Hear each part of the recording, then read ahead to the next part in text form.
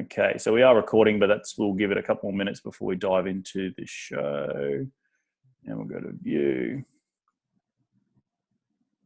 to full slide. Just make sure everyone is muted. Cool.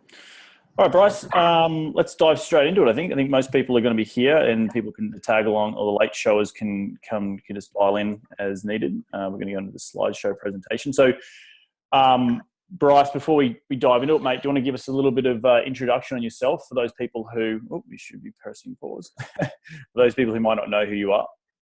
Yeah, sure. I'm Bryce Robertson from Property Works, all about mobile home parks. A little bit of a background on me, originally from Australia. Did a lot of traveling. I traveled the world for about 6 years, went to about 50 countries. And I realized when I was traveling that I was making some money in between each travel and then having a great vacation and then coming back to like no money. So when I got to the United States 7 years ago, I got together with my wife and we decided that we wanted to create that same kind of lifestyle but make it sustainable. And real estate really has been an excellent platform for us to be able to do that. Nice. For everyone out there, you can't tell that we are Australian and we're taking over the United States one by one mobile home park at a time, right, Bryce? Yeah, there you go. Mate, so you moved to the country 7 years ago. What attracted you firstly to mobile home park? And I'm sure we're going to get into it in the show, but what was the attraction to you? Was it purely from the cash flow point of view, or is it from in creating a lifestyle for yourself, or was it more to do with establishing long-term wealth? Well, it's a little bit of both. Definitely, mobile home parks are excellent for cash flow, really good cash flow vehicles, but also a lot of value add in mobile home parks for good for long-term wealth generation as well. But one of the things that really stood out to me is that mobile home park investing is a specific niche. And it's quite a small community of people within the industry, and I just really like how it operates.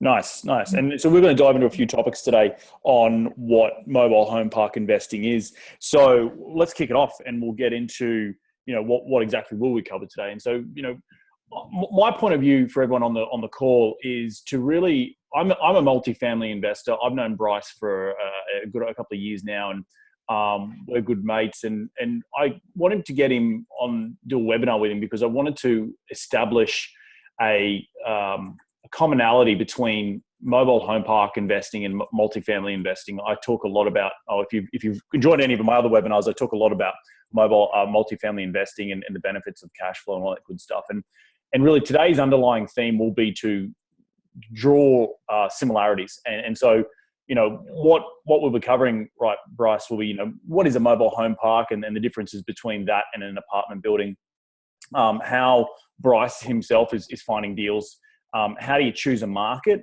and how do you go about underwriting and evaluating a deal? Because I guess that's the biggest thing that most people have when they first get into any investing space or any asset class is to how do you make sure you've got a good deal here and it's not just a dud.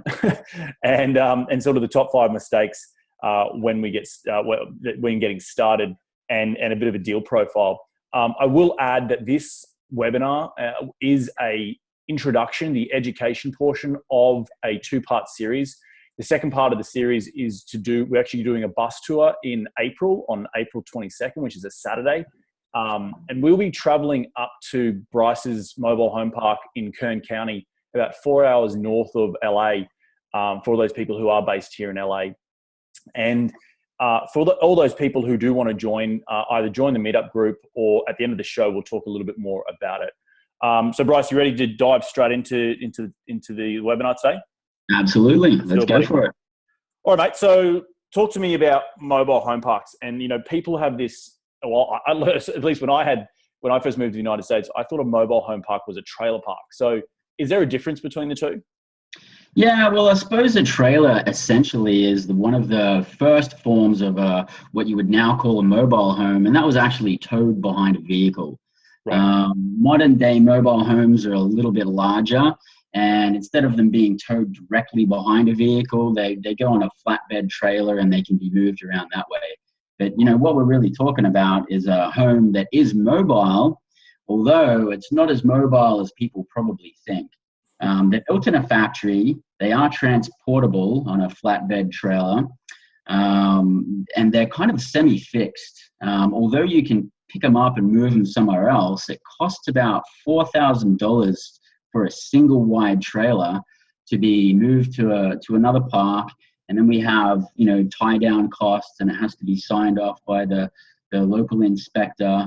And so, once someone moves a home to a community, typically they leave it there. Right. And just by looking at some of the, you've got single wides and double wides, like 18 feet and 20 feet. That's a huge truck. So do they come in segments, or do typically they come on one, one platform? Yeah, so single wides go up to 18-foot wide. The older ones can be even as small as 8-foot wide, up to 18-foot wide. And that'll go on the back of one truck. But the double wides, you basically have to split those in half and put them on 2 trucks. And so for the layman's out here, I know a little bit about it, but I'm going to be quizzing you today as if I don't know anything. But give us the history of mobile home parks, or at least what are they? Because, they're not as prevalent, or people don't think of them. They think of maybe trailer park trash or something like that. So how do you describe to someone who's never heard of a mobile home park and get rid of that connotation of like a bad connotation to mobile home parks? Sure. Well, a mobile home park is really a space of land where a whole bunch of people come and park their homes, and it's like a colony of mobile homes. And you are correct, there is a sort of a bad connotation that has been around mobile home parks as being trailer trashy, but that's actually not the case. And if you look at the history of mobile home parks and where they actually started, it starts off with trailers being towed around by very wealthy people that are traveling from point A to point B, and they want to go around with these caravans and trailers and park up somewhere overnight while they're on a long travel. And, you look at some of these old trailers, some of these old caravans, they actually have chandeliers in them. I mean, we're talking about some nice little movable homes. And over time, things changed. And then what once was for more the elite kind of people, we're talking, movie stars and actors and doctors and things like that, then transformed into more of a affordable type housing. And so now mobile home parks is really a great way for people to live, have their own land, and live in an affordable lifestyle. Right. So right now, like the modern mobile home, and I don't know if there is such a word as modern, but the mobile home parks of today are for lower income. Is that correct? And because I don't think you'd see movie stars or doctors in a mobile home park today, or at least not the ones that I've seen. Or maybe up in Malibu, the ones on the beaches are for those types of people. Yeah, well, there's basically 2 types of mobile home parks. There's the affordable living type of mobile home park, which is the asset class that I'm involved in. And then there's another one called preferred lifestyle. And the preferred lifestyle is actually, a 5-star park where someone swears that they want to live there because they like living there, not because they have to live there. And some of those parks we'd be talking about is one that just got sold in Laguna Beach, California for, I think it was $89 million. Whoa. Where they have $5,000 a month space rent. And that's not including whatever costs you have for your home on top of that. And some of the homes in those areas we're talking about $300,000, $400,000, $500,000 just for the home. So that's a preferred lifestyle kind of mobile home park. But we're in the affordable lifestyle kind of park, and that's anything from 1.5 stars to probably like 3 stars, maybe low 4-star park. And it is an affordable type of living, nice, clean place to live. Right. And now talk to us about the star rating of that, because I know that, in multifamily, we have different classes. There's class A, which I think, and you can correct me if I'm wrong, class A would be your preferred lifestyle type of, if we're doing apples to apples, class A, the new luxury type of multifamily. would be the same as a preferred lifestyle mobile home park like a Laguna Beach, where it's $5,000 a month lot rent. And Class B and Class C are going to be more of your affordable renting, multifamily renting. And what sort of star rating does a Class C, say, for example, have in the mobile home park space? Sure. Yeah. Well, the star rating actually comes in five stars, 1 to 5 stars, 1 being the lowest quality, 5 being the highest quality. Right. And to actually give you guys a comparison, going back to the affordable mobile home park, the average lot rents are around about $300 a month. So that's $300 a month as opposed to $5,000 a month with preferred lifestyle. Right. A 1-star park it's the bottom of the barrel. We're talking about probably a really unsafe park. It's ugly, has no paved streets. There's probably some gang activity and graffiti, drugs and violence, maybe some burnt out homes, poor or no signage, high delinquencies. And parks like that are typically hard to finance, and they're usually a big turnaround. I mean, you're basically looking at a train wreck if you're looking at a 1-star park. Right. And I don't want to jump too far ahead because I know there's so many questions that are coming to my mind right now. And I'm sure a lot of the guys on the webinar right now also have a lot of questions about financing. And but I definitely do want to go through more of a methodical walkthrough. And I just wanted, this sort of slide was to more give an introduction of what mobile home parks are. So it's a space of land where historically it's been for transient people, and over time it's still grown into a either affordable lifestyle or a preferred lifestyle, like a park in Laguna Beach or right on the water at Malibu. Talk to me about just a little bit about, are they building any new mobile home parks, around the United States? And if so, where are they building and how are they building them? Or if not, why aren't they building anymore? That's an awesome question. Yeah, there's actually a decline in mobile home park inventory, on average around about 1% a year, because more mobile home parks are being closed down than are being built. And the reason of that is because it's really hard to get the right permitting and zoning in cities, because a city, I suppose they look at it being one of the lowest classes of housing, and they say, well, we don't really want to add that kind of thing to our city. They want to add new nice things, and strip malls and things that people will find attractive. So there's actually a decline in the amount of mobile home parks that are available, because some of the old parks get closed down by cities, or maybe the value of the land is worth more than the value of the park, so it gets turned into something else. Right. So essentially, over time, there's only a finite amount of parks in the United States, and they may be a thing of the past in the future. Or if you are a mobile home park, are you protected against the city coming in and taking away your zoning and saying, look, we now rezone you as a commercial or multifamily space to get higher density on that lot? Do you know any stories like that? Yeah, I mean, that's pretty much, you take care of that up front during due diligence. I mean, once you're at a park and you're operating and everything's cool, there's really no problems there at all. Right. I mean, you would have to have some sort of land that's extremely valuable, or you'd have to be doing something that's quite wrong. Right. Have your park closed down. I could imagine, but I guess what you're saying is that the connotation of mobile home parks in any city is that they are frowned upon, and hence they want to use the land that they may be sitting on for highest and best use. But you needed to identify that early on in the due diligence stage, so you're not going to have the rug pulled out from underneath you, so to speak, right? Absolutely. Definitely build a relationship with the city and the state and all the local authorities, and make sure that everything's good moving forward. Nice. All right, mate. So jumping on to this next slide, the difference between mobile home parks and apartments, and that was really the underlying tone of today's webinar, to draw a connection between the two, that when you're thinking about investing in mobile and multifamily, mobile home parks are also a great other asset class that you could consider or put as a tool in your belt to have when you move forward.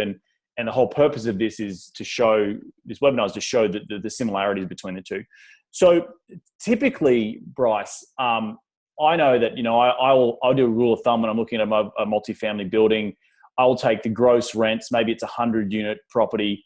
And I know that maybe that they're all 2 bedrooms.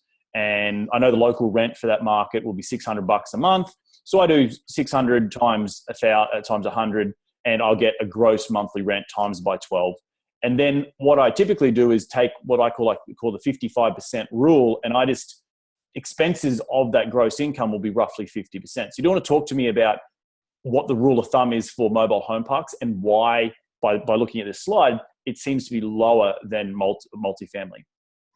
Yeah, well, one of the main benefits of having a mobile home park is that typically the setup you want is the tenants owning their own homes. Mm-hmm. When the tenants own their own homes, then the park is not responsible for any of the repairs to those homes. So the capital expenditures go dramatically down. The repairs expenses go dramatically down. So then, we'd be looking at, typical expenses, operating expenses of 35 to 40% of the gross income, because we don't have to do repairs to those tenant-owned homes. Right. So your responsibility as an owner is a lot less cumbersome because everyone essentially owns everything above the dirt, right? Hopefully, yeah. I mean, and that's the goal.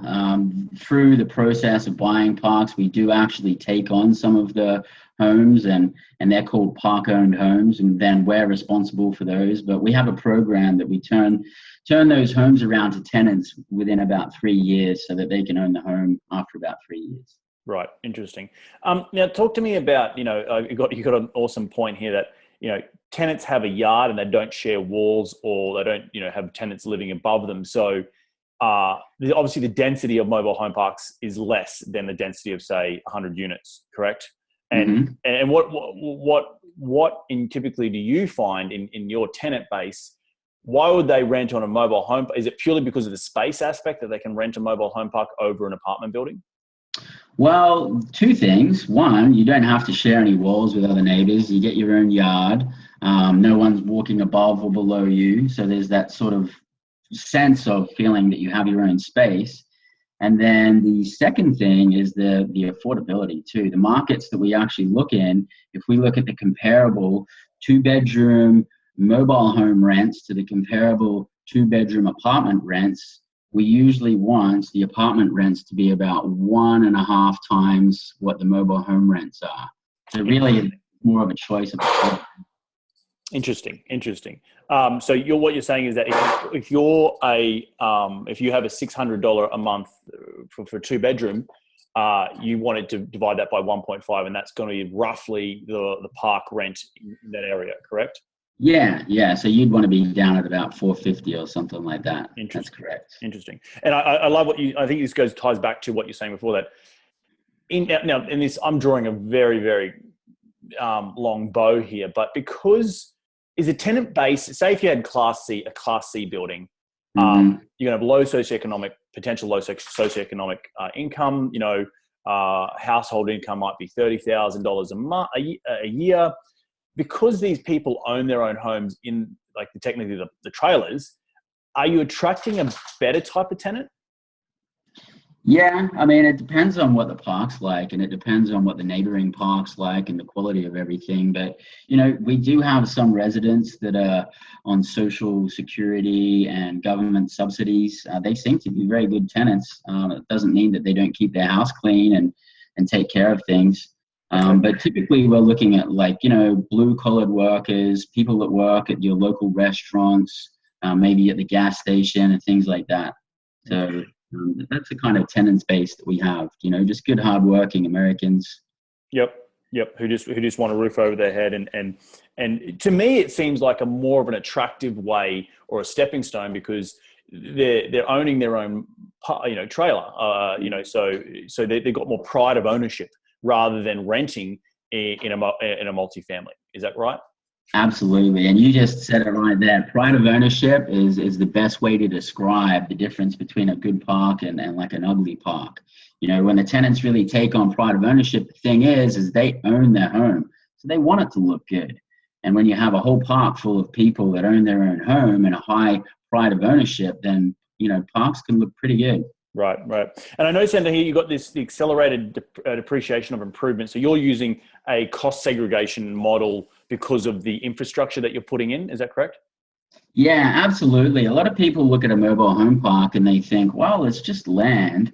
And well, yeah, it is land, but there's a lot of improvements on the land as well. I mean, we have all of the water lines and sewer lines, and on some parks you'll even have gas lines and electrical system. And then we've got roads and a whole bunch of infrastructure there that can actually get depreciated at a much more rapid pace than normal land. And it goes back to the fact that you're not in the business of owning the land, owning the properties. You're in the business of owning the land, and that in itself will lead you to have more of a cost segregation model for your depreciation, rather than even though multifamily has very much the similar thing. You have more of infrastructure costs that don't depreciate over 27 years. They do typically depreciate. I think you had on there 15 years. Is that right? When you average everything out, it's about 15 years. Yeah. Right. Interesting. Yeah. Very, very interesting. Okay. So let's talk a little bit about, how you're finding these deals, because I personally don't know how to find. If someone said, Reed, find me a mobile home park, I would have no idea. I'd probably go to you. But walk us through how you're finding your mobile home parks these days. And because of the supply and demand issue, are mobile home parks becoming increasingly harder to find, and, like drawing blood from a stone? Well, I think that there's lots of good mobile home park deals out there. I do think that there's a lot more of attention on it these days, especially over the last, 12 months to 18 months. I suppose you would say the cat's out of the bag. But there's still a lot of really good deals out there. And, if you're looking online, mobilehomeparkstore.com is probably the foremost place to find mobile home parks. It's specifically for mobile home parks. It's totally set up with all the statistics that you're looking for. And that is a place that has the most mobile home parks that are for sale. Right. Then one of the next best options is probably loopnet.com. They have a mobile home park and RV section as well. You have to sift through deals a little bit more there, but there can also be some good deals there. And then obviously brokers play a very big role in the industry. You can get a lot of deals off brokers, but ultimately we're always looking for pocket listings and off-market listings. And that really comes down to building relationships with brokers over time and, doing multiple deals together. And then that opens up and taps into that, sort of untapped market there.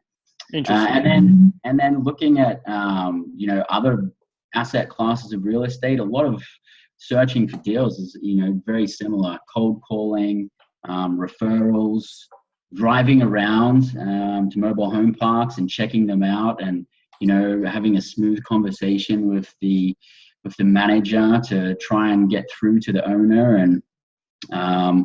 and then we can search for owners in default. Auctions is another good way. I haven't personally myself bought from auctions, but I've had a lot of friends who have bought from auctions and they've had great success. You really have to have your due diligence down, and you really have to do as much as you can up front, because once you got it, you got it, and it's game on. Mailers are pretty much fading out in the mobile home park space now. They're almost not even worth your time at all. An interesting way to find mobile home parks is actually on Google. If you get on later pages, if you're getting into the 20th, 30th, 40th page, then you can oddly find some mobile home park deals in there. And oddly enough, on Craigslist as well. Some people that are selling a mobile home park, it's an industry full of mums and pops that are selling their mobile home parks, and that's really where all the good deals are. And they may not be up to times on how to best sell a park or advertise it, and so you can get stuck in Google or stuck on a Craigslist ad, and you can find an off-market listing there. Interesting. And in terms of the brokers, I want to dive a little bit deeper into these broker relationships. It's all people ask me when you get involved in mobile home, multifamily investing. It's really no one is just going to bring you off-market deals if you've never closed on a deal in your life. So is it very similar that you have to have those relationships with brokers? And if so, how are you trying to give them or in their eyes show that you have credibility and that you can close on a deal? Well, it's definitely all about relationships. And, things take a little bit of time. I would say that it probably takes at least 6 months to build a decent relationship with a broker.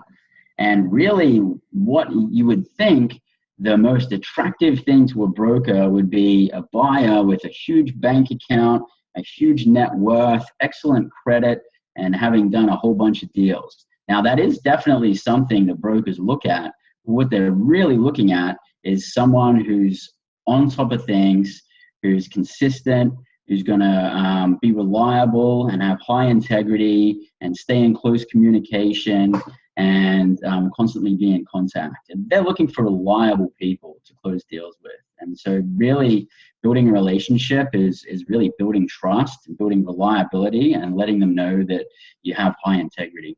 Right.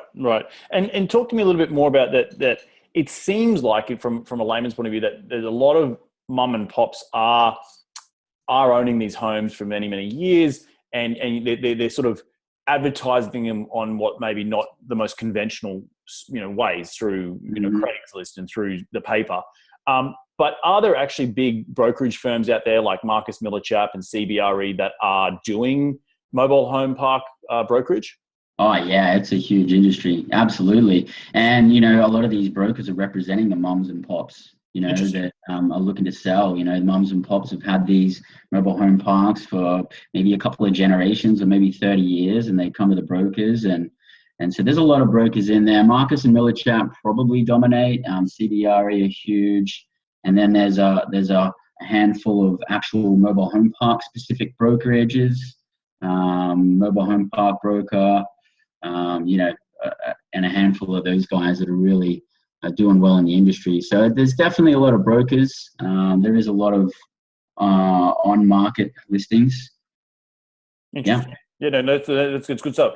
For one takeaway piece of advice to all the listeners and guys who are on the webinar right now, what's the best piece of advice that you can give when you're trying to find a deal? Is it just about hustling through all these sort of bullet points that you've got here? Or would you say one avenue is better than the other? Oh, I would say pick a handful and go for it. I mean, looking online, I'll be honest with you, you're going to be sifting through a lot of deals. Right. Miraculously in the mobile home park space, I don't know why, but it seems like half of the listings online are valued at about 200% of their actual worth. But the weird thing is that you can actually call up these people and put in an offer at half price and it can get accepted. Wow. So it's kind of a weird and wacky industry that way. So be aware of that, just overlook it, figure out what numbers make sense for you and sort of go for it. But really off-market listings is the best. So however you can do that, whether it's broker relationships, whether it's driving for dollars, or however you can approach that, I would say that would be the best angle. Nice. And this is sort of a segue into, driving for dollars, and you got to choose your market. So if you're not living near your market, how do you choose how do you choose a market to make sure that you're investing in a good MSA, a metropolitan statistical area across the United States? That's a really good question. And I think the approach in mobile home parks is different to multifamily apartments. Typically, most investors with multifamily like to look for their market, and then they like to look for their apartments within their market. But because there's only about 45 to 50,000 mobile home parks in the whole of America, we have to spread our wings and really look in different areas. So usually the park comes first, and then I have to check out that market to see if it can sustain whatever we need to do with that park. So one of the first things we look at is the size of the city. And we're looking for a population of 2,500 or more people population, because if it's less than that, then it gets a little bit hard if you have some vacancies and you need to fill lots. And then we also want to look at the metropolitan area, and we want a population of at least 100,000 people there. Once again, if we have less than that, it becomes really hard to fill lots, and we don't really have enough to sustain all the vacancies that we need to fill. And then the next metric we look at is unemployment. We want to see unemployment under 6%. That's going to put us in a pretty good place. And then vacancies less than 8%. And then the next thing we're looking for is a strong employment market. Now, you'll see some mobile home parks are in rural areas, and they might not seem to have a good market, but it might be a one-horse town.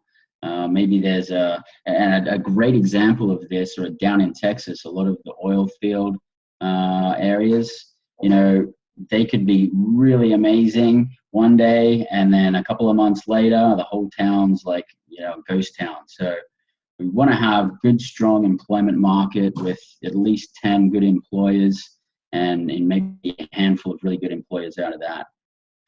Then the next metric is median house pricing. And this really comes down to figuring out if we're in an affordable market or not. We want to see median house pricing greater than 100,000.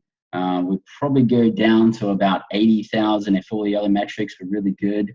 But if it's above 100,000, we're looking really good. And that means that, someone that's going to be staying in a mobile home park, for them to buy $100,000 house, when you look at the numbers, it's almost going to be, unimaginable.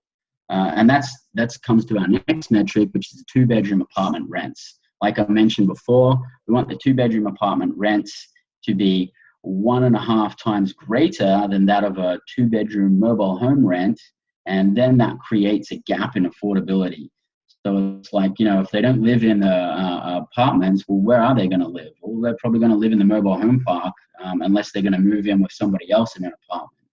So those are very important metrics for creating an affordable economy there for mobile home park space, and having a big gap there between an affordable lifestyle and something that's a little bit more expensive. Interesting. And in general, this is very similar to multifamily. Obviously, your population is where it differs. Unemployment under 6%, that's going to have a pretty strong, if unemployment's under 6%, and I guess you've got to look at what those employers are, that would be an indication of if it's a boom or bust town. And you sort of hit on that with regards to the oil fields in Texas. So definitely recommend, regardless if you're investing in multifamily or mobile home parks, you definitely need multiple stable employers in whatever area. I love the metric on the 100K for a single family residence. But what I'm interested in down here is you've got this Walmart supercenter within 5 miles. Why a Walmart and why not another outlet mall? Well, you might think that, hey, all the tenants in the mobile home park are probably going to shop at Walmart, and that may be true, but that's not what we're looking at here. Walmart seems to be the foremost authority on due diligence, market due diligence, to find out where to break open new stores, especially super centers. Walmart will open up a store in an area that they think is going to be the best. And then what you'll see is businesses follow Walmart's decision-making, because they've gone to so much great depth and detail in figuring out what an emerging market is, what the best market to be in is.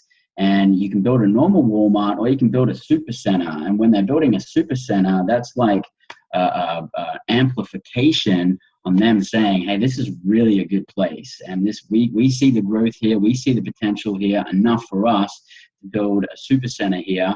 And if you're within 5 miles of a Walmart supercenter, then you're in a good place, which has good growth, that has good potential.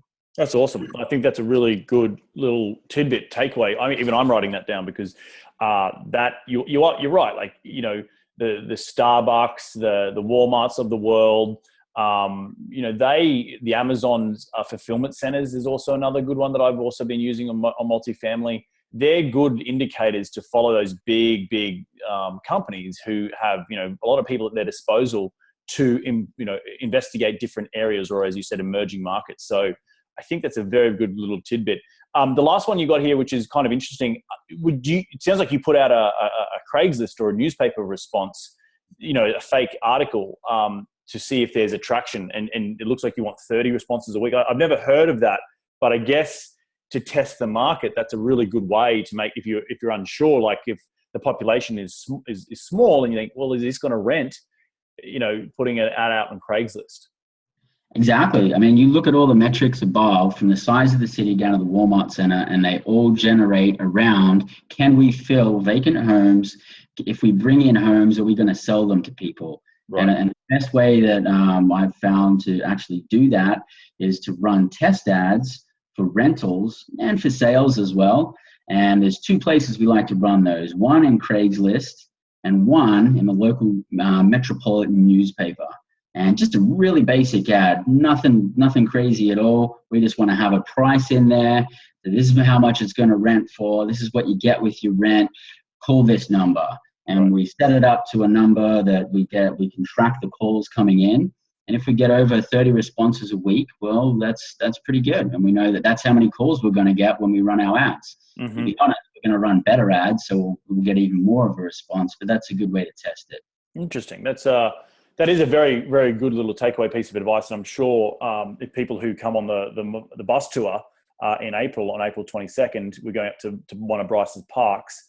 I'm sure you can ask him more about what systems he's using for, setting up those phone numbers and recording. So I think that's for another call, Bryce, but it's really, really good stuff, because I want to get through all this information here. And I know we're only limited for time. So let's talk about evaluating a property, and straight off the bat, I can see you're using the cap rate theory or the cap rate formula to value a property. So talk to me about, given where you are, the market criteria that you just told us about, what typically is a market cap rate to plug into your formula to make sure you're not paying 200% more than what the property is actually worth? Okay, now in this example here, I've used a 12 cap, but in current markets generally across America, I think we're probably looking right now somewhere between an 8 cap and a 10 cap, depending on the quality of the park and depending on what market you're in. It's typically what we're looking at. But for this example, I've actually used a 12 cap. Okay. Yeah. So that's okay. So I've actually heard someone the other day who's a mobile home park buyer that they're picking, back in 2011, they were picking up 12 cap market parks, and now some of those parks are down around the 8 cap, which just seems crazy to me. And I don't know if it's due to the fact that the markets are increasing, market cap rate compression, or there's just more competition for mobile home parks. And I guess it's the former, that the cap rates are just compressing everywhere across the country. Well, interestingly, one of the big factors on mobile home park cap rates is the financing rates that are available. Typically, if we see a 3-point spread between the cap rate and between the financing interest rate, then we'll get about a 20% cash on cash return. So if we're looking at a 12 cap and we can finance that park for about 9%, then that could be a deal that could work. So we look at the financing where it is right now, and you can see how it can make sense and still be a good deal if you're getting down as low as like an 8 cap. And so even though you're locking in a high interest rate of 9%, which is huge, and we'll get into financing a little bit, but I just want to quickly run through this example here. So you're using 30% operating expenses. Now that's stabilized, correct? You're not, the first year of ownership, it may be higher to get bad tenants out and attract new tenants. So that first year of lease up and repositioning may not be 30%, correct? Yeah, I mean, it depends on how the investment is approached. Maybe there's some additional capital that's been brought in to take care of all those capital expenses year one. As a general operating, we're looking at like a stable kind of park, 80% occupancy. Yeah. Interesting. And here you've got in the example $300 for a 12 cap. Is that a typical metric for a park? Well, I would say it's a pretty close metric. For the average mobile home park monthly lot rent would be around about $300. Yeah. And when you're seeing lot rents, less than 300, the better question is, when you in multifamily, like I can go and shop comps pretty easily. I can see that, okay, this other multifamily is charging $600 a month, and this current deal that I'm looking at is only charging $500 a month on a single bedroom, for example. So I know I can raise it, and there's proof in the market. How do you prove that you can increase your lot rent to say $300 if it was say $250 or $200? Yeah, you would think that there would be some sort of really modern way to do it, but really the only and best way to do it is to find out who all your competitors are, all the other mobile home parks in town, call them up, act as if you're a tenant, and basically find out what the lot rents are, find out what's included, and then you'll find an average of all your answers from those phone calls, and then you'll know what the average market rents are. Interesting. Okay. Yeah. And just on this example here, we've figured out 30 lots at $300 times 12 and a point, 70% for operating income, and you have an NOI of $75,000. So the park should be worth about $630,000. And then do you take 75% of that 630 and then make an offer? Is that what this last line item is saying? No, so the whole first section, apart from the last line on this page, is talking about evaluating the land. Got it. And you're evaluating the rental value of the land. And like before, when we were talking about, sometimes we own park-owned homes. Sometimes we take on ownership of some of the homes when we buy a park. Sorry, yep. We don't cap the rent on those homes.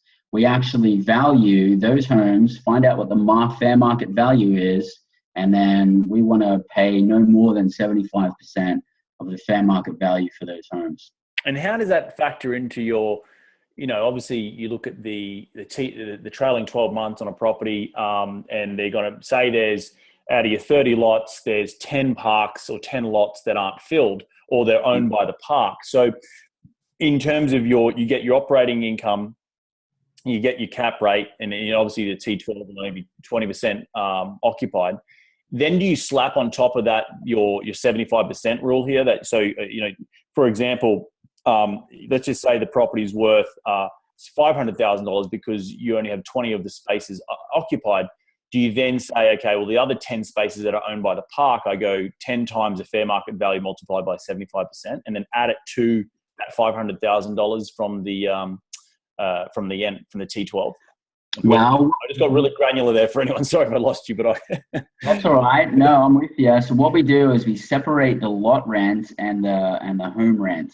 They're two different calculations. Got it. So we're always going to cap the lot rent, even if it's a potential lot rent. We're looking 12 months down the track and we want to see what our projections will be when we fill those lots.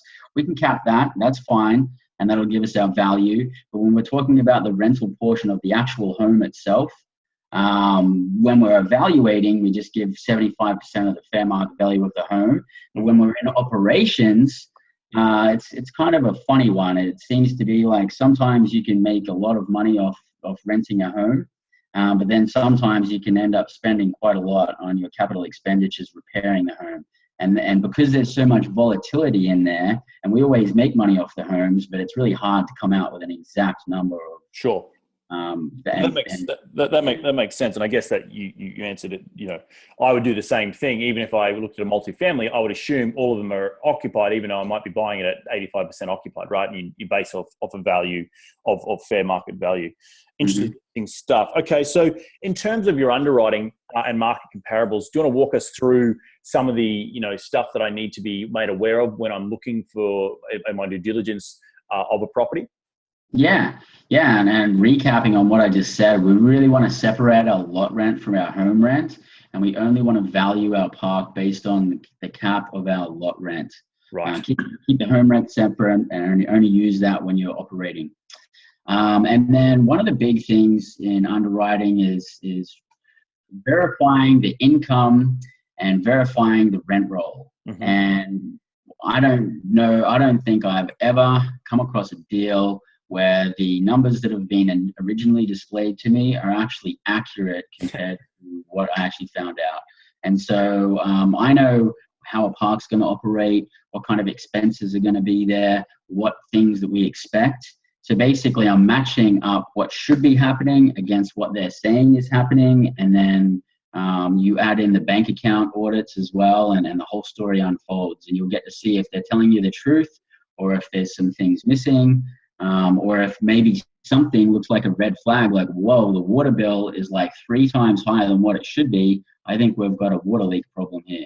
Right. Interesting. And let's talk a little bit about when you're looking at a deal, because I know after speaking with you for a little while, I've interviewed a few people on my podcast about mobile home parks, but do you want to be hooked up to the city utilities, like water, power, sewage, or do you want to have your own stuff on site, like a septic tank or something like that?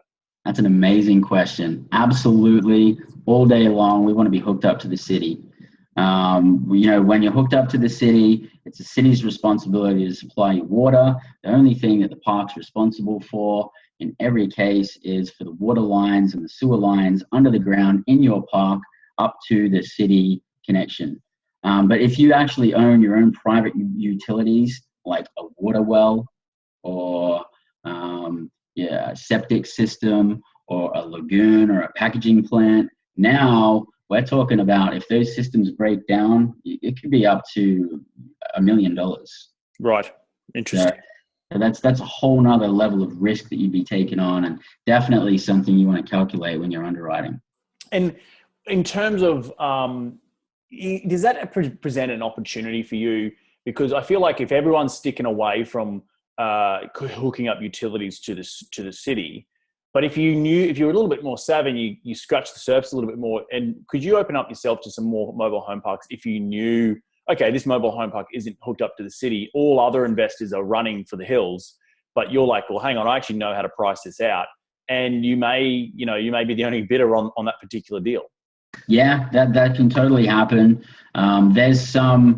There's some private utilities that I would take on, and there's some that I wouldn't take on. But it's always worth looking at it a little bit further, because sometimes it might not be hooked up to the city, but after a few phone calls, you'll find out that it actually can be hooked up to the city because the city's running a new line through there in 3 months. Right. So it's definitely there's definitely some opportunities in there if you're willing to look out a little bit outside of some of the criteria I'm talking about today.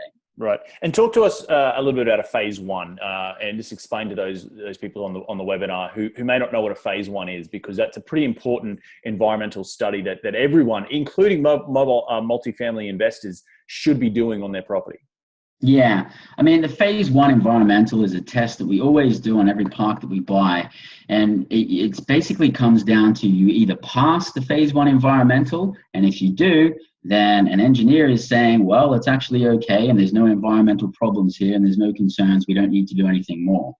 But if you don't pass the original phase one, then now you're basically opening up a can of worms. You might have to do some remediation. Maybe it can be resolved and you won't have to go to a phase two. But if you're getting into a phase two and beyond, now we're talking about it could actually be an endless number.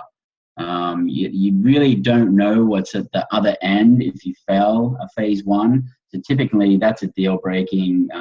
Do not go past this point. Right. Yeah. And for all those people out there, I can add some more color because I'm a former engineer. A phase one is literally a desktop study that companies do of historical photos, and historical photos are taken of certain areas and look up different records.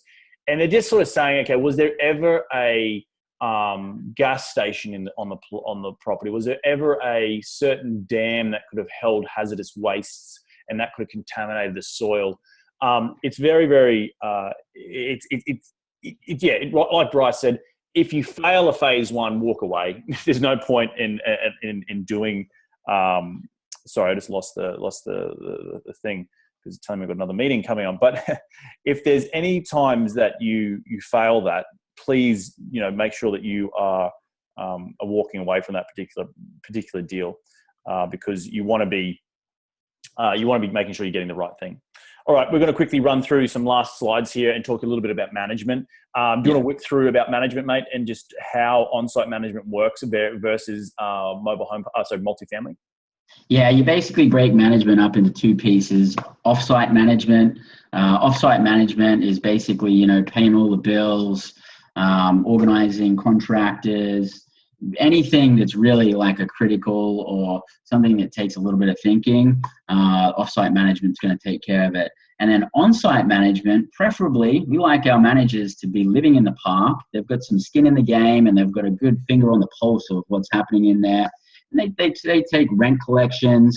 They're going to, basically make sure everything's clean, pick up some trash. Sometimes we like to mix up and have our maintenance people be our manager as well, and they do a sort of combination, and they could even fix some of the homes and sell the homes to tenants and take sales calls and things like that. Just sort of the day-to-day on-site stuff. It's taken care of on-site management. And are you paying those on-site managers to be there?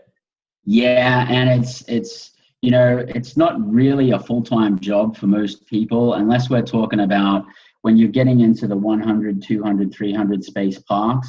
Then we're talking, you can have a full-time person there, but otherwise it's really more of a part-time job and they have another job. So we give free lot rent and then a compensation of around about $10 to $15 per lot per month as their compensation. So if there's 30 lots, it could be anything from $300 to $450 a month. So that's including that's on top of the free lot rent, right? That's on top of the free lot rent. That's correct. Interesting. All right, mate. Let's talk about some top mistakes that people make when you get started in mobile home park investing. Yeah, well, you touched on one of them before, city water and city sewer. I mean, that's really what you want to be taking on. If you are going to be taking on any private utilities as a new investor, you really got to do your due diligence and you really have to know what the risks are.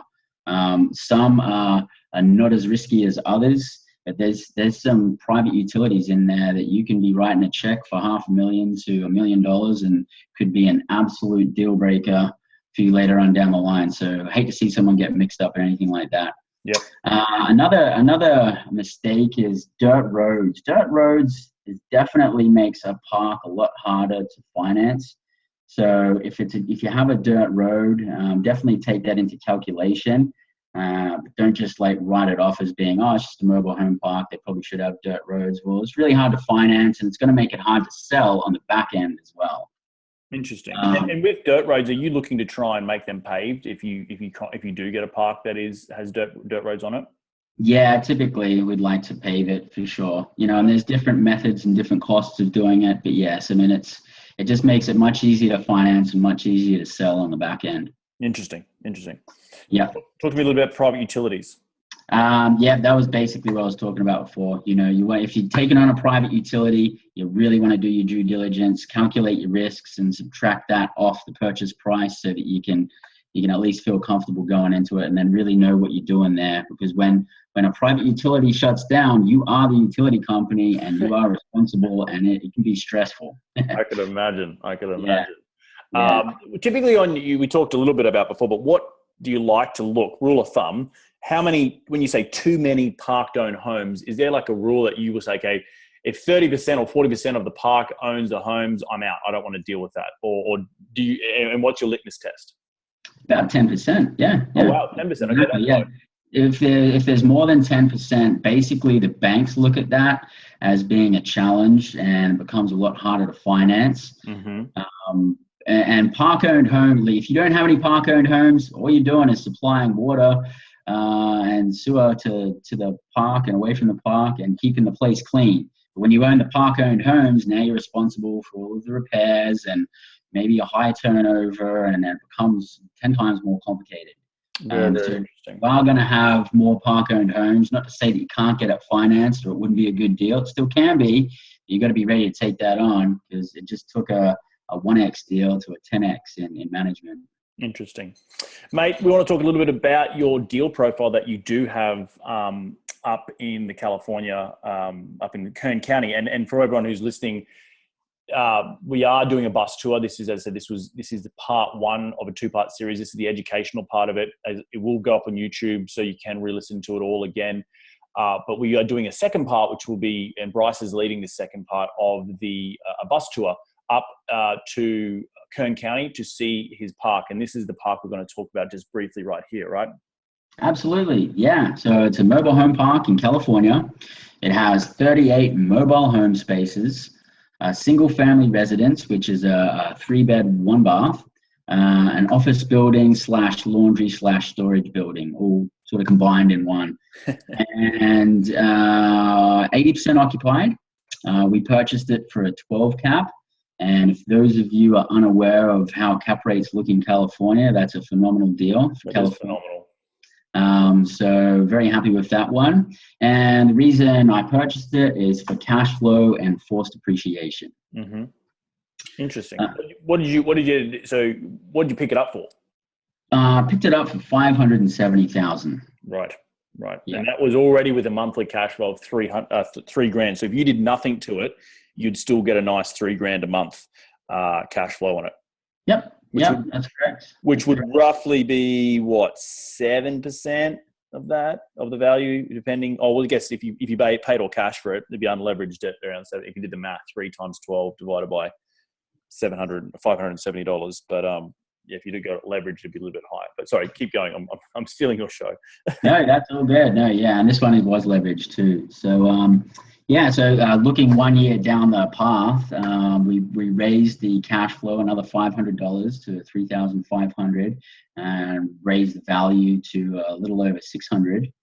But really, most of the workings have been happening in the second year, and we're currently going for a refinance right now in 2017. And once we're complete with the refinance, and once we've done a couple more things this year, bringing in a few more homes and filling some lots, we'll be looking at a monthly cash flow of $6,500, which is a little over double the original cash flow, and raising the value up to $948,960. Wow. So pretty healthy increase there. That's awesome, man. Congratulations on that. And this is a projected for this year, right? You're working from $3,500 a month up to $6,500 by December.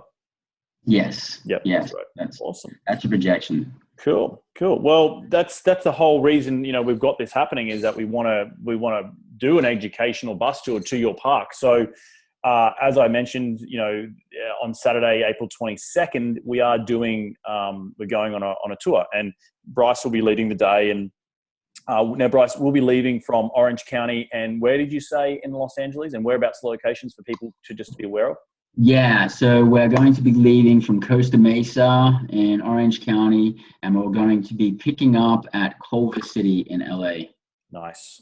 And if anyone is interested, please, reach out to us. The cost is $79 per person. We're not making a profit off this. This is purely just to cover the costs.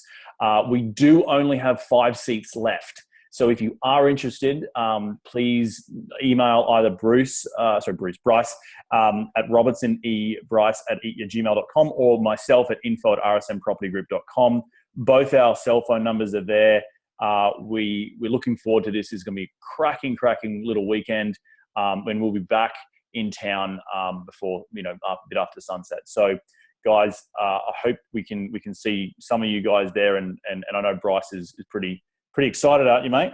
Yeah, absolutely. You guys are in for a treat. You're going to get a lot of information. It's going to be a very valuable day. Awesome.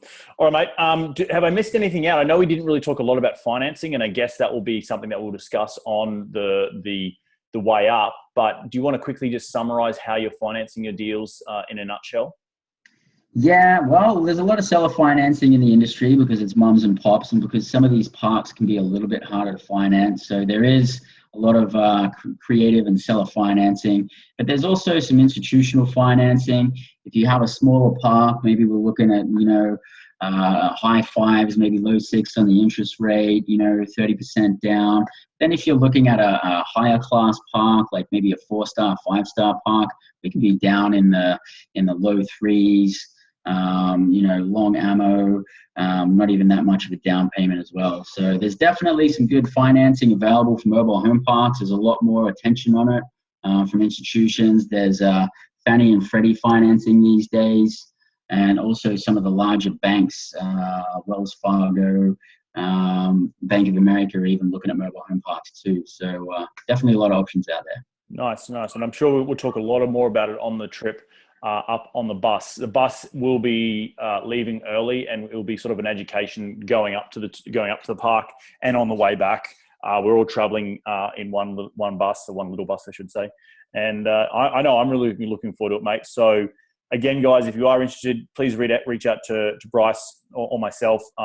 There is only 5 seats left, I think, when we last checked.